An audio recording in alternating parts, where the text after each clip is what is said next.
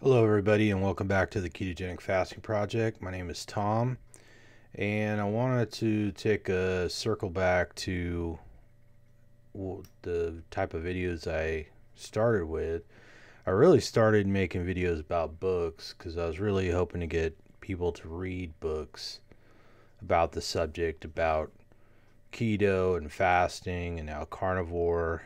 And I kind of felt like it wasn't really getting that many people to read the books. But I figured if I went through a list of books, maybe at least I'd have a chance at presenting some ideas of what people might want to read in a way that would kind of reach more people. So, anyways, tonight I'm going to go through a whole bunch of books real quick. The first one here is probably one of the most widely mentioned in the low carb sort of community, and it was really started out as a pamphlet. William Banting tried to lose weight for quite a while. This is back in the 1800s, and finally he did it on a low carb diet. Basically, he cut back on things like beer and bread, and ate lots of meat, fatty meat, and he lost a lot of weight. And he was so happy about it, he had this pamphlet published at his own cost and gave it out to people. And it was very popular. And eventually, he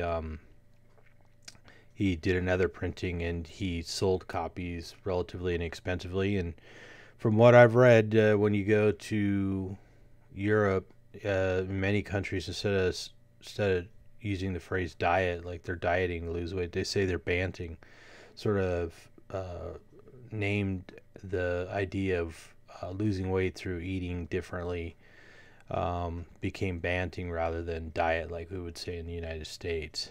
So, again, this is back in the 1800s, widely available. You can buy a copy online, or you can find PDFs of it online.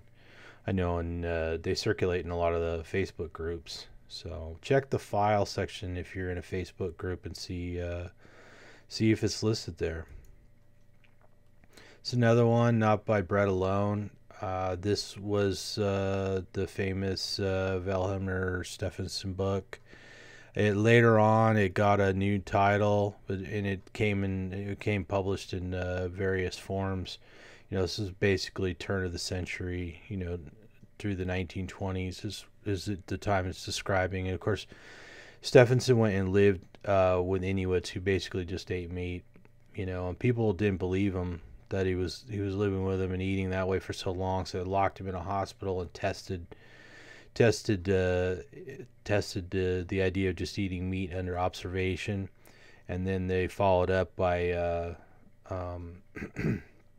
having him continue that diet even after he was out of the locked ward for over a year. So, anyways, a widely discussed book for sure. And again, you might very well find, well, you can buy new copies, you can buy old copies, and you can find PDFs floating around. That's a newer cover for that. And of course, they wrote a foreword for it, added some material, and called it Fat of the Land. But it's essentially the same book. This one here is another book that's quite old. The McCarranson was charged by the military with figuring out what people needed to eat, and he did it by studying populations in India. And basically, he did lots of animal studies as well, but basically he figured out that the people in northern India that got most of their calories from animals, and now these people did eat a lot of butter and dairy and milk, stuff like that, not just meat, but they were the healthiest people in the country, and the people towards the south that had the more plant-based diet were the least healthy. So, and this one came out, I believe, in the 60s, but again, it's basically a low carb diet. I guess it was meant to help. I haven't actually gotten a copy of this to read, but it comes up frequently. So this was a low carb diet from, I think, about 1965. And then the Stone Age diet, I believe this was also from the 60s. Another low carb diet. It's widely discussed. You might, again, used copies are available, new copies are available, PDFs are floating around.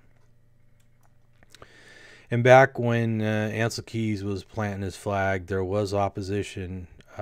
We look back and we think, oh, everybody's been eating low-fat diets or being encouraged to eat low-fat diets since, whatever, the 50s or whatever, the Eisenhower era. But there were people like John Yudkin who were opposed to it, and he was basically just overshadowed by the Ansel Keys and the momentum that the low-fat movement got. But this book, I think, was not published until the mid to early 70s. But there were dissenters out there. They were published, and they had quite a bit of evidence. So you might want to read that. This one, I'm not sure when this one got published, but I do believe it was in the 60s or the 70s originally. And again, I haven't gotten a copy of this one to read. But it's nice to kind of establish the fact that there's always been an opposition to the low-fat diet, and there's always been people who have been advocating for an animal-based diet. So, and then Protein Power, oddly enough, was probably my first read. I got stuck in an airport. My flight got canceled, and it had nothing to do. This is before we all had fancy smartphones. And I bought this at the airport and started reading it. I wish I had taken it more seriously back then. I wish I'd understood it better, but it was so contrary to what I'd been taught. So anyways, but Protein Power, I believe, came out in the 80s. I understand that they're working on an update to it. So it should be making the rounds again. But again, it was a good read. A lot of good information in there. And of course, this book probably doesn't need much introduction. I think most people have heard of the Atkins diet. I was kind of surprised how many people I knew had been on the Atkins diet and were like, oh, yeah, it works. Though a lot of people tend to go on it and they don't stay on it. They lose weight. They get on it. They lose weight. And then they go off of it and gain the weight back. So anyways, again, this came out in the 70s. So we're looking at literature from the 1800s all the way through to the 1970s. And there were people that were advocating for, meat, animal fat, etc. It hasn't always been low fat. So Gary Taubes' books were kind of the resurgence. He published an article in the New York Times that garnered a lot of attention, and he had 3 books that came out of it. This is one of the later, slightly shorter versions. Very good read. And I believe this is the first one I read in 2017. And I highly recommend it. I believe this one, Good Calories, Bad Calories. Sorry, it's not a very good picture, is it? I tried to snap a picture of a copy I had laying around, but this is a very good read. I thought the audiobook was excellent, but it is quite long, and it might be tough for people's first foray into the low carb sort of movement. So you might want to go with The Case Against Sugar, or Double Click, or Why We Get Fat from Gary Taubes. They're all 3 of them are very good books. Really depends on how much you got to stick to it. Strong Medicine, another one, currently I believe still being published. Been around a little while, not too long, and I'm very much in the same vein of being fueled by animal products and how well I do. This is a little more, of course, fitness oriented. So Eat Dirt is an interesting book. It's certainly not necessarily a low carb book, but it talks a lot about microbiome, which is interesting to a lot of people in this arena. But it's not necessarily a low carb book, but it's a good read. I think, if anything, once you read a book like that, you realize how little we actually already know about microbiome, especially gut biome. But I recommend it. It's a good read. Eat Fat, Get Thin, circling back around. Mark Hyman, it's a good book. He he does a lot of podcasting and stuff like that, so you can find him on YouTube. And but if you're interested in low carb, eating a little better, eating a little healthier, it's a good book to start with. It's not too intensive. Fat Chance. Well, here we are on the subject of fat in particular. Fat Chance by Lustig, a good book to read, especially, it tells you right there, if you're interested in eating a lower carb diet, if you have problems with diabetes or obesity, it's a good place to start. The Fat Switch talks quite a bit about why eating fat actually can help you lose weight. Kind of clears that up. It's a little more specific in that regard. The Secret Life of Fat. The author is not a carnivore or necessarily a full-time ketoist, but she does a good job of describing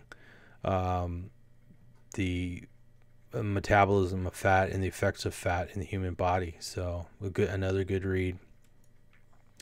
And of course, Nina Teichel's book, The Big Fat Surprise, kind of very much in the same vein as Gary Taubes' book. She looks at even more evidence as to why this way of eating is better and healthier, and why some of the other notions are probably a bit overblown. This was probably one of the most quintessential books in the low carb movement. It's a well-written book. It's more of a low carb book and less of a carnivore or keto book, but still ketoistic, and pretty much a cornerstone book to read, or listen to. I listen to all the books I possibly can because I'm dyslexic and it takes me a long time to read books, and I exploit that time. I made up my mind at one point that instead of sitting in traffic listening to music or something like that, I was going to try and absorb more information for my own good. So I use a lot of audiobooks. I walk the dogs, I'm listening to audiobooks or relevant podcasts. If I'm washing dishes or something, same thing. I got my headphones in, even at the store when I'm shopping. So now this book is a pretty recent book. This is written by a doctor, Dr. Boz. She's commonly known as Dr. Boz. This is her own personal journey with keto and helping out her mother, who was quite ill, and getting her family on a ketogenic diet. So it's a great read. It's a very, very powerful book, and there's some pretty amazing stuff in there. This is one of the videos I did this is one of the books I did a specific video for not too long ago. But I highly recommend this. It's a great read. It's not necessarily a super instructional guide, but it lays out the case for a ketogenic diet and shows just how powerful it can be. So, Primal Blueprint by Mark Sisson, another sort of cornerstone book in the low carb movement. Definitely worth a read on that. I believe he has another book, or he's got another book coming out, which I haven't read. So anyways, definitely go for that one. And another good audiobook. It's available unabridged. This was one of the early books I read. It's by Leanne Vogel. It's not necessarily a really well-known book, but it's a good starting place for people who are just getting used to keto. It's a beginner's guide. That's one of the reasons. I didn't put every book in here that I'd read or listened to. So there's a few I left out because I didn't think they were so great, or some of them were so unremarkable I couldn't even remember what was in them. So anyways, these are mostly highlights. Wired to Eat by Rob Wolf.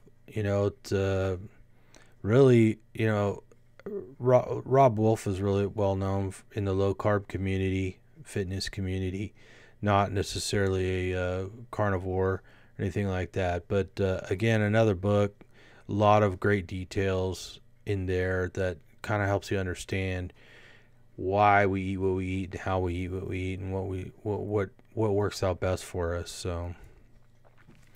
And Cholesterol Clarity. Jimmy Moore has done quite a few books. You'll see Eric Westman's name on a couple of books. Jimmy Moore is probably one of the best known low carb guys because he's done a lot of media, social media stuff, a lot of podcasts, a lot of videos. He's worked on several books. So he's very accessible. He did a book with Dr. Jason Fung as well. This is a good one just to understand the difference between the impression we've been given about cholesterol and what's really going on, or at least as much as is known about it. So I highly recommend it, especially if you're going to go on a ketogenic or any low carb ketogenic carnivore diet. It just helps you understand what's going on in your body and why you shouldn't be afraid to eat fat or cholesterol. There's the obesity code, very good book with Dr. Jason Fung.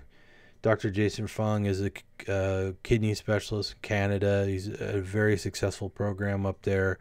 He wrote another book. I think I've got it in here as well. I highly recommend it. It is a very good starting point, particularly if obesity or diabetes is your particular focus. And here we go, the diabetes code, again by Jason Fung. Nice complement to the obesity code. Very well written, very easy to read, very convincing. Complete Guide to Fasting. Again, we got this one. This is one of the books by Jason Fung and Jimmy Moore. Good thing I grouped them together here. Again, fasting is a really powerful tool. So both for controlling blood sugar, for losing weight, and correcting on any number of different medical issues. So definitely worth a read. Keto Adapted by this one is by I think this is Nora Good Goddess, I think. Yeah, I managed to cut off the author's name, but I'm pretty sure this is Nora Good Goddess. So anyways, obviously it's a keto book. It talks about food and eating keto, talks a lot about micronutrients and plants and stuff like that. So a good read. I'm a carnivore and I don't really think most people need all those micronutrients. Some people might because they're deficient because of their diet or because of some sort of illness or something like that. Very good book, and I would imagine she'll have another person you can find. Almost all of these people you can find on social media, but she's done some really good lectures that are very informative and sort of helpful. So, look for her. Sorry I cut her name off. Now, Death by Food Pyramid is a nice explanation of how we got down the wrong road with dietary advice. And Denise Menger is also known for doing a good job of tearing apart the China study, which is another book, which I've done a video on quite a year or so ago. So anyways, good read. It sheds a lot of clarity on, like I said, why the dietary recommendations are so far from healthy these days. So anyways, I recommend that for broader understanding. It's not like a diet book per se or anything like that, but it is very informative. And Grain Brain, by David Perlmutter, is probably widely known in and out of the low carb community. But he explains the effects that grains have, not just on your body but your brain, obviously. So a good read, a good entry level book. Not quite as hardcore as I'd like the books to be, but nonetheless, a well written book. And then Wheat Belly by William Davis, sort of a nice complement to Grain Brain. That's why I put him together here. This is also fairly well known in and out of the low carb community. Recommend this one as well.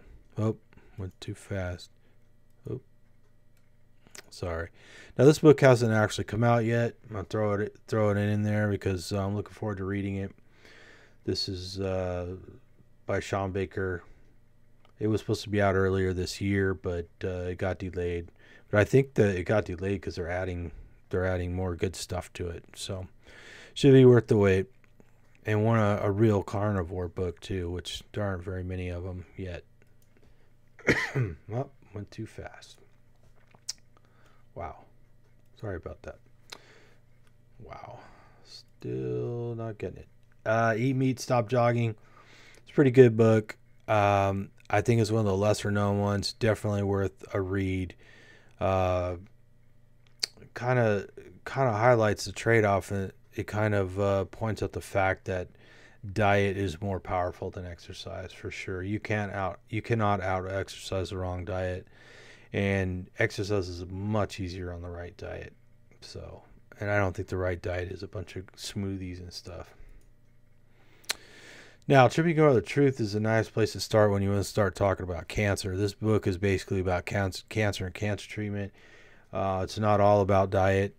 I highly recommend it. It's a very powerful book. If you know somebody's got cancer, you got cancer, you definitely want to check this book out. You also will want to check this out because autophagy is a process the body goes through, particularly when you're fasting, where a lot of the organelles and stuff like that have been damaged inside of cells are recycled. And understanding how this works can be a powerful tool.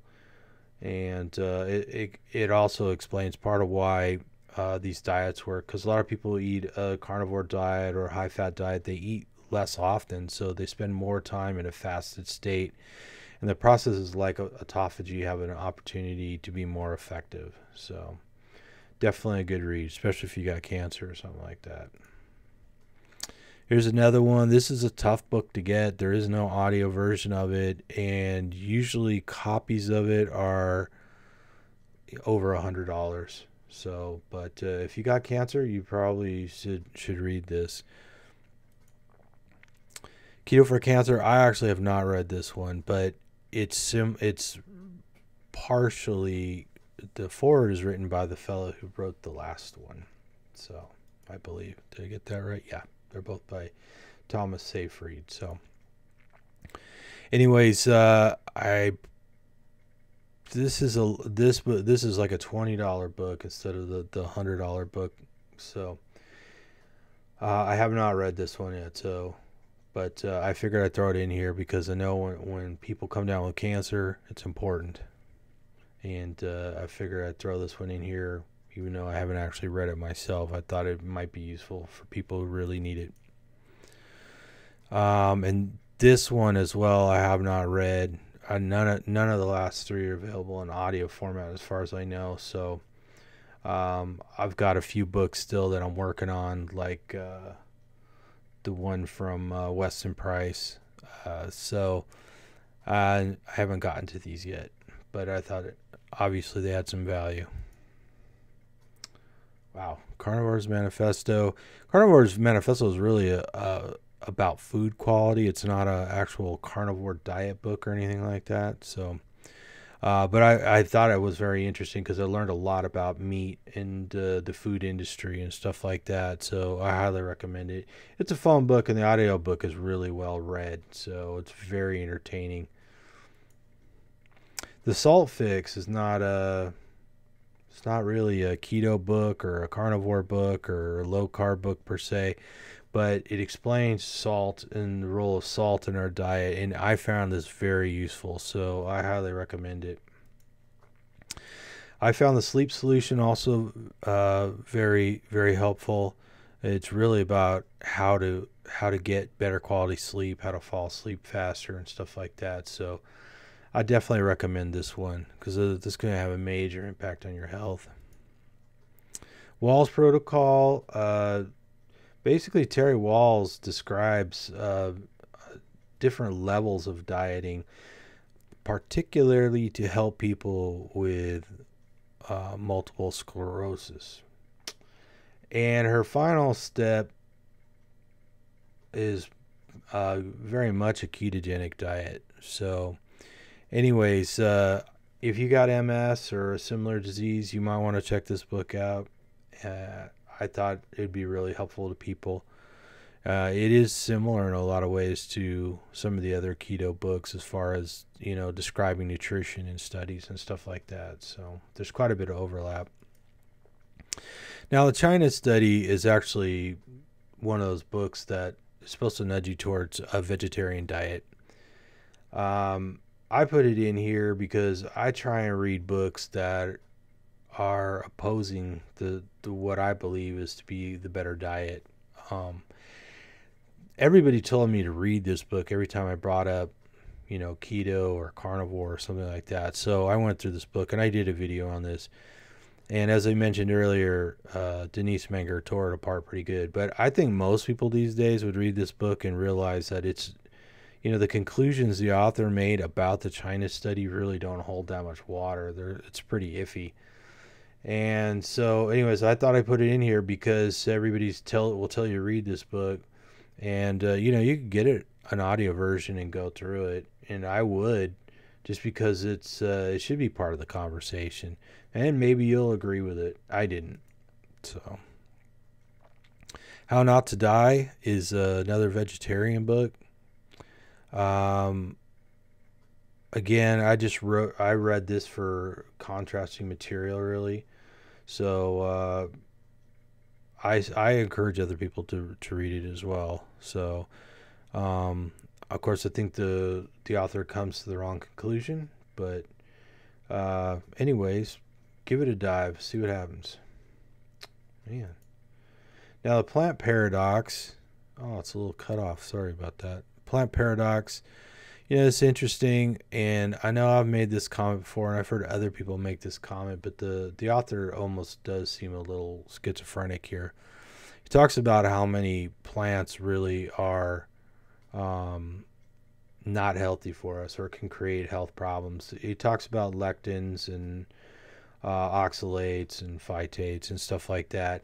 And in the end, he kind of cooks up his own ketogenic diet that's more or less plant-based, but pretty restrictive. So again, I don't necessarily agree with the author, but it's a good read, and a lot of that stuff about lectins and oxalates and stuff is really on people's radar now, and it's really explaining a lot of the problems that people are having in a ketogenic diet. And of course, in the autism world, there are studies that showed that autistic people tend to have very high levels of oxalates for some reason. So there's apparently something relatively unique to autistic people that prevents them from eliminating oxalates readily. Oh, sorry about that. Anyways, this book I put in here just because it's very inspirational, because you'd be surprised what a human being can do. So this book is called Can't Hurt Me by David Goggins, and he did all kinds of crazy stuff. He was a Navy SEAL, and had to lose a lot of weight to get in the military, and when he got in there, he did all kinds of crazy stuff, ultra marathons and stuff like that. And I just found it extremely informative from the standpoint that he did all kinds of things I didn't know human beings did, and then the mindset it took to get there. So anyways, I highly recommend it, especially if you're looking forward to enjoying some sort of fitness or higher level of fitness in the future. And this one, Fitness Confidential by Vinnie Tortorich, the audiobook in particular is fantastic. Just like with You Can't Hurt Me by David Goggins, there's a lot of extra stuff in the audiobooks, but Vinny is very entertaining. It's a very funny book. He's kind of a no grains, no sugar kind of guy. He's not necessarily a hardcore keto or carnivore or anything like that. This is a great book. It's very entertaining. I know my girlfriend loves listening to it when I play it in the car. So it's a really good book. It's not as extreme as You Can't Hurt Me, but Vinny's a great guy. You can find him online pretty easily too. So I like to torture him on Twitter a little bit. This is a pretty advanced book, Beyond Training by Ben Greenfield. I found it kind of fascinating. Most of it was way beyond my level of fitness, but if you kind of want to sniff around that bleeding edge, it's a good place to go. So check that book out. Now, circling back to the autism subject, I know it's very controversial and people get overheated about it, but I want to recommend this book, How to End the Autism Epidemic by J.B. Hanley. Give it a read, and I highly recommend you read a book that's almost 180 degrees Nope, not that one. This one. The vaccines did not cause Rachel's autism. Now, this is written by Peter Hotez. I often get his name wrong. For some reason, I want to call him Timothy Hotez. But anyways, I think the two books go together quite nicely. And, of course, my point has been I don't think vaccines cause autism, but I think they frequently make the symptoms worse. And I think that's what a lot of parents are witnessing when their kids get vaccinations. They get sick and then they stop speaking, or they have all kinds of problems. Obviously I believe diet plays a major role. I think diet can vastly reduce autistic symptoms. So anyways, I'm right now I'm on the PKD diet. It was a paleo ketogenic diet, which is an all meat diet, and I'm being supervised by a clinic in Hungary. So I'm doing it for psoriasis, but I think going from keto and then to carnivore, my autistic symptoms got a lot better. I've done a couple videos about that in particular. So obviously this is an important subject to me. That's why I added them in here, even though they're not really related to low carb per se. Although I'd say, after reading this book and watching the Joe Rogan interview with Peter Hotez, the guy eats a terrible diet, and so does his daughter. And so somebody like that could very well benefit from eating a better diet, have a better quality of life, because that's what it's about. This book is an interesting book. I think one of the problems it's created, Neurotribes, is that it's kind of giving people the idea that autistic people are just special, unique individuals, and it kind of, for high functioning adults, that might be the case. But when you got people who can't take care of themselves, or they're miserable all the time, they can't socialize, they're not happy, being non-neurotypical isn't that great. So in that sense, I think it kind of did a disservice. And I notice a lot of people that I interact with in autistic forums, they're like, they have this attitude like they don't want to be fixed, and suggesting that there should be a cure or prevention for autism is offensive and stuff like that. And I think some of that was actually fostered by this book. So it's kind of a touchy subject. If you're interested in autism, you probably would want to read this, but it probably is going to take a backseat to the other two books. I think they're more important. So anyways, that's it for this video. Thanks for watching. I hope you guys found something interesting in here that will help you. So again, if you can pass the links on to the videos to other people to watch, subscribe. That's very important and very helpful. If people subscribe to the channel, help it grow, and give it a thumbs up. I appreciate it. So once again, thanks for tuning in to the Ketogenic Fasting Project, and I hope everybody feels better.